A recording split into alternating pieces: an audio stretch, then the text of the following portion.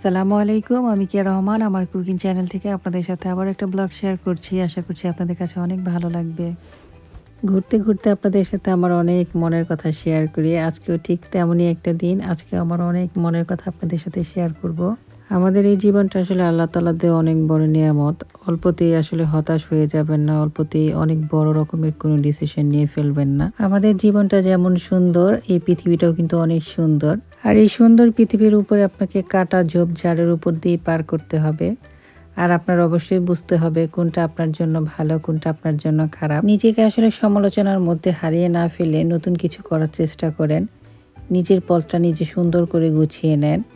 যেটা আপনার ভালো লাগে সেটাই করেন। যেখানে আসলে নেগেটিভিটি দেখবেন সেখান থেকে নিজেকে সরিয়ে ফেলবেন। দেখবেন জীবনটা হয়ে যাবে সচ্ছল কাচের মতো। আমাদের লাইফে আসলে যেটা সবচেয়ে বেশি ইম্পর্টেন্ট সেটা হচ্ছে পরিবার। পরিবারকে ভালোবাসেন, পরিবারের মধ্যে যদি আসলে নেগেটিভিটি দেখেন সেটা আসলে সমাধান করার চেষ্টা করেন। কিছু কিছু ক্ষেত্রে আসলে নিজে একদমই চুপ হয়ে যান, কারণ সবকিছুতে রিয়াকশন দেখাইতে হয় না। এতে আসলে হিতে বিপরীত হয়ে যায়। আসলে কে কে আপনার ইম্পর্টেন্ট, তাদের জন্য আপনি বেঁচে থাকবেন, তাদের জন্য সারা জীবন লড়ে যাবেন। কিছু মানুষ যেমন আপনাকে একদমই ভালোবাসে না, কিছু মানুষ কিন্তু আপনাকে অবশ্যই ভালোবাসে। তাদের জন্য বেঁচে থাকেন। জীবন চলার পথটা আসলে সহজ না, তবে এটাকে সহজ করে নিতে হয়। জীবনে আশা আকাঙ্ক্ষা কম রাখবেন, দেখবেন জীবন চলার পথটা অনেক সহজ হবে। আসলে অনেক কথাই আপনাদের সাথে শেয়ার করে ফেললাম, এগুলো আসলে বাস্তব কথা। সবাই আসলে আপনার ভালো চাবে না, এটা সত্যি কথা। অনেকেই আসলে আপনার পতনই দেখতে চায়। আর যারা আসলে আপনার পতন দেখতে চায় তাদেরকে কিন্তু আপনি খুব ভালো করেই চিনেন। আর আসলে নিজেকে অনেক চালাক মনে করলেও তারা জানে না তাদের চালাকিগুলো আসলে সবাই ধরতে পারে। তো যাই হোক, কিছুদিন আগে আমরা মিলানো শহরে ঘুরতে গেছিলাম। আসলে একটা কাজের উদ্দেশ্যে গিয়েছিলাম, কাজটা শেষ করে আমরা এখানে ঘোরাঘুরি করছিলাম। তারই আসলে ছোট ছোট কিছু ক্লিপ আপনাদের সাথে শেয়ার করতেছি। আর এখানে তো আমার মেয়েরা খেলাধুলা পায় একদমই নাচানাচি শুরু করে দিচ্ছে। আমি আসলে বিদেশে আসার পরে যতগুলা শহরে ঘুরতে গেছি আমার কাছে সব শহরগুলাই সেম সেম মনে হয়েছে। কিছু শহর আর কি বড়, কিছু শহর ছোট, কিন্তু সবকিছুই মনে হয় অনেকটা একই রকম। আর এখানে আসার পরে এই পার্কটার মধ্যে এত বেশি কবুতর ছিল, কবুতরগুলো দেখে এত ভালো লাগতেছিল। তো আমার শ্বশুর বাড়ির কথা আসলে মনে পড়তেছিল। আমার সেজু ভাসুর আসলে অনেক শখ করে কবুতর পালে, সাথে আমার শ্বশুরও অনেক পছন্দ করে। এই পুরানো দিনের কথাগুলো আসলে বাচ্চাদের সাথেও শেয়ার করতেছিলাম। আর বাচ্চারা তো এখানে কি আনন্দ করতেছে, তারা আসলে এখানে পানি খাওয়াইতেছে, মানে রুটি। কপালটা আসলে আমাদের ভিজা কপাল বলতে পারেন। এই বছর আসলে এত পরিমাণে বৃষ্টিতে আমরা যেখানে গেছি সেখানে যাই আসলে বৃষ্টির মধ্যে পড়ছি। মেয়েরা একটু খেলাধুলা করা শেষ করলো, তারপরে চলে গেলাম আমরা খাওয়া দাওয়া করার জন্য। আর এই দোকানে এসে দেখি এত পরিমাণে ভিড়। সবাই মিলে আসলে কাবাব খাইছিলাম, কাবাবটা খুবই মজা ছিল। তো বাংলাদেশে এটাকে শর্মা বলে, এখানে আসলে সবাই কাবাবই বলে। তো সেটাই আর কি বললাম আপনাদের সাথে। এখানে আমার মেজো মেয়ে দেখাইতেছিল তাকে অনেক বেশি পরিমাণে সালাদ দিচ্ছে, তা নাকি খাইতে অনেক বেশি ভালো লাগতেছে। তো খাওয়া দাওয়া শেষ করার পরে তারা আবারও চলে আসছে, কিছুক্ষণ পার্কে খেলাধুলা করবে, তারপরে তো আবার চলে যাব আমরা আমাদের গন্তব্যস্থানে। আমার আসলে গাড়িতে উঠলেই মনে হয় যে আমি আমার বাবার বাড়িতে যাইতেছি।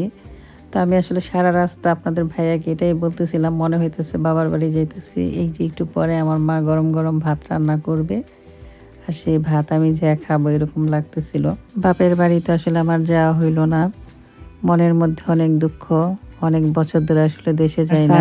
আমাকে পানি এনে দিল, পানি খেয়ে আমাকে ঠান্ডা হইতে বললো যে তোমাকে অনেক তাড়াতাড়ি বাংলাদেশে নিয়ে যাব, টেনশন করো না। আসলে জানি না কবে আবার বাংলাদেশে যাব, মায়ের হাতের গরম ভাত খাবো। অনেক বছর আসলে খাওয়া হয় না।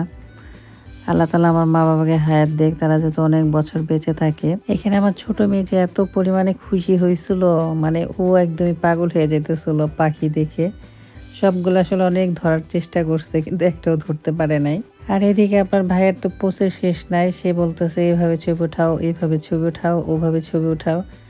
তার যে কত ছবি উঠাইছি, যদি একটা ছবি আসলে পোস্ট করা হয় নাই। মানুষটাকে আসলে দেখলে যতটা বড় মনে হয়, বাস্তবে আসলে সে ততটা বড় না, বাচ্চাদের সাথে একদমই বাচ্চা হয়ে যায়। এই পাখিগুলাকে নিয়ে যে কতক্ষণ ওরা খেলাধুলা করছে সেটা আসলে বলে শেষ করতে পারবো না। আর আমার মেজো মেয়ের যে শখের শেষ নাই, সে বলতেছে তার মাথার মধ্যে যাতে কবুতর এসে খাবার খায়, তাই তার মাথার মধ্যে খাবার দিতে বলতেছিল।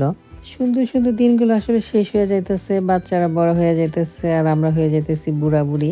বিদেশ মানে আসলে পরিষ্কার পরিচ্ছন্ন, এর জন্য আসলে বিদেশটা অনেক সুন্দর লাগে দেখতে। আমরাও যদি আসলে আমাদের চারপাশ অনেক সুন্দরভাবে পরিষ্কার পরিচ্ছন্ন রাখি তাহলে কিন্তু আমাদের দেশটাও বিদেশের চাইতে কোনো অংশে কম না। এই তো আমরা সবাই মিলে আবার বাড়ির উদ্দেশ্যে রওনা দিয়ে দিচ্ছি। আর এইদিকে সবাই কায়ত হইয়া চিত হইয়া ঘুমাইতেছে। এইদিকে একজন, এই যে আমার মেয়ে একজন, এক একজনের ঘুমের কি অবস্থা। তো হাইওয়ের যে রাস্তাগুলো সেখানে তো আসলে ব্রেক নেওয়ার মতো একটা জায়গা থাকে, সেখানে চাইলে খাওয়া দাওয়া করা যায়, কিছু শপিং করা যায়, হাত মুখে আসলে পানি দেওয়া যায়। এক কথায় নিজেকে একটু রিল্যাক্স করার জন্য মানুষ কিন্তু এখানে নামে, টুকটাক কেনাকাটাও করে। তো এখানে এসে তো দেখলাম অনেক সুন্দর সুন্দর জিনিসপত্র, আর মোটামুটি সব কিছুর অনেক প্রাইস ছিল বেশি, তবে দেখতে অনেক ভালো লাগতেছিল। অনেক আনকমন জিনিস আসলে দেখতে পাইলাম ওইখানে। আর আমার মনে হয় এইখানে আসলে এই টাইপের জিনিসগুলো বেশি পাওয়া যায়, বিশেষ করে বড় বালতির চিপসগুলা, সাথে অনেক বড় বড় পপকর্ন, মানে সবকিছুর আকারই অনেক বেশি বড় বড় ছিল। তাছাড়া আসলে বিস্কিটগুলোও ছিল অনেক বড় বড় প্যাকেট, দেখে আসলে একদম হা হয়ে গেছে সবাই। প্রাইসটা আসলে বেশি হলেও দেখতে কিন্তু অনেক সুন্দর ছিল সবগুলা প্রোডাক্টই। মাঝে মাঝে আসলে চিন্তা করি কেন যে এত গরিব হইলাম, চাইলেও আসলে সবকিছু কেনাকাটা করতে পারি না। মানে টাকা থাকলে যে আমি কত কিছু কেনাকাটা করতাম সেটা আসলে বলে শেষ করতে পারবো না। তো যাই হোক, এই তো ছিল আমাদের সুন্দর কিছু মুহূর্ত যেগুলো আপনাদের সাথে শেয়ার করলাম। আশা করি আপনাদের কাছে ভালো লাগছে। আমাদের জন্য, আমার পরিবারের জন্য দোয়া করবেন।